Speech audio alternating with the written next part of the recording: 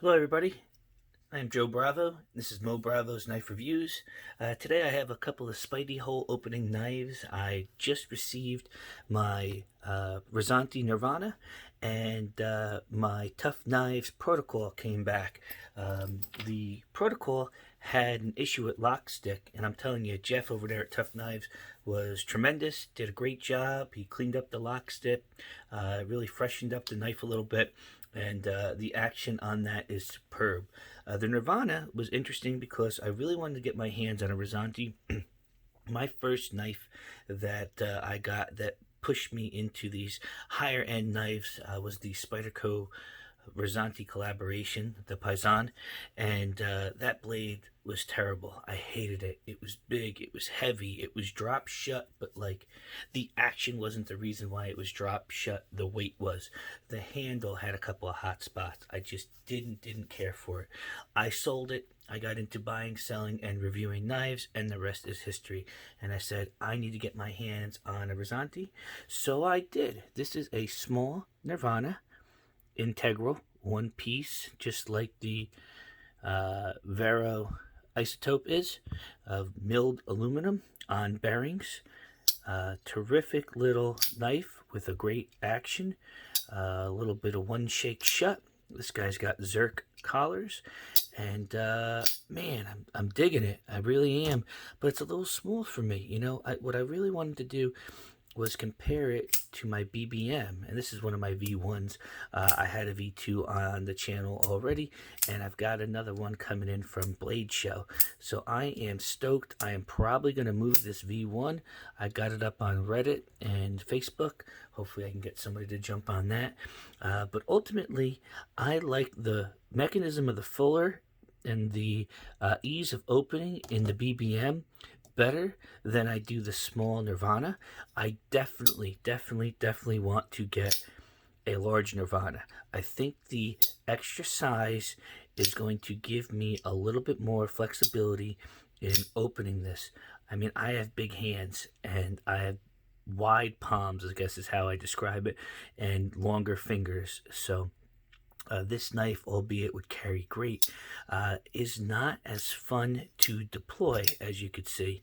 You know, if I booger flick it, it is fine, but you know, just having it in the hand, it's not as nice as my BBM, and it's certainly not as nice as my OZ. The OZ Rossi is probably one of my favorite knives at the moment. The carbon fiber makes it light. The Zerk makes it very carryable without having to worry about getting stuff scratched, and having to, you know, have a new clip made. That Zerk can take a new oxidization really quickly. And you know, speaking of Zerk, I got in a new Cortex V1 with the Damasteel blade, which is absolutely gorgeous. If you haven't seen a Damasteel Cortex yet, wow. And what else is that's Zerk. I don't know if you guys can see that, the milling in there. It's Zerk. The clip is Zerk. The backspacer is Zerk, and it is awesome. Now, I already had a Zerk one, but my buddy Brandon needed to move this, so I took it off his hands. I was worried the Damasteel was going to be too light. It's not. I don't think there's anything different in weight in comparing the Stonewash Cortex blade versus the Damasteel. That's one of the knocks I have on Damasteel. Sometimes it's a little light. When it's light, it makes it a little bit different, a little bit difficult to handle over a regular steel blade. My Pena Lani clip in Damasteel was that way, and I moved it just because of that. Now, I do want to show everybody this beautiful protocol. Yeah, I wish that hole was a little bit bigger, and I wish that there was a little bit more relief, but I think that's just going to be something I'm going to have to get used to in flipping a new knife. You know, what's funny is the unto that I've got over here in pieces, the way this marries up, and you're probably not going to be able to see it. Like I said, I got it in pieces. When it's closed, it's almost like it's offset, and that kind of spoils you, I guess you could say. Even though that hole in the Tuff knife is bigger, If it was a little bit more relief or a little bit more cutout, my big ass hands would definitely benefit from that. But I don't think that's going to be a deal killer for this knife, because the action, the blade weight, the detent, Jeff killed it with this, and I'm so thankful that he was able to help me with that. And I'm telling you, it's like the difference between a knife that you'd never fucking carry because the lock stick was so bad. Even Jeff commented the way it came to him, and I took it apart, so it's on me. But he's got this thing, I mean, out of control now. Just out of control. I love it, and I'm very excited to see what it turns into, if it gets to be one of my favorite pieces or not. But getting back to Nirvana, my buddy Chad's gonna take that off my hands. I'm very thankful. My buddy MB Wild was able to work out a trade plus cash, so Chad's getting the knife he wants. MB Wild is getting a brand new McNeese 3.5. I guess they call it a Mac 2. He's all excited about that. And the community wins. Two people are getting the knives, and I'm gonna get some cash recouped that way when it comes to my BBM V2 that I've got incoming. I'm not eating too much out of my pocket to pay for that guy. But what's my favorite right now? I think I'm going to say my OZ to carry at this point is incredible. I had a funeral to go to last week, and I carried my Cortex, and this is definitely my favorite gentleman's carry. This is probably my favorite everyday carry because of the weight, and I can't wait to get this thing in my pocket and see how it compares. Maybe a better comparison, for the size and the weight. Maybe not the isotope, but my Impulse, the Impulse has a little bit more length on it.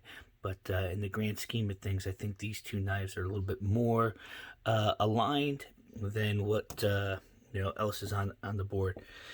So I just wanted to get this Nirvana on camera, give it a little bit of a overview for you guys, see how it compares to other spider hole openers, and see how it speaks to me versus some of the other knives that you see on the board.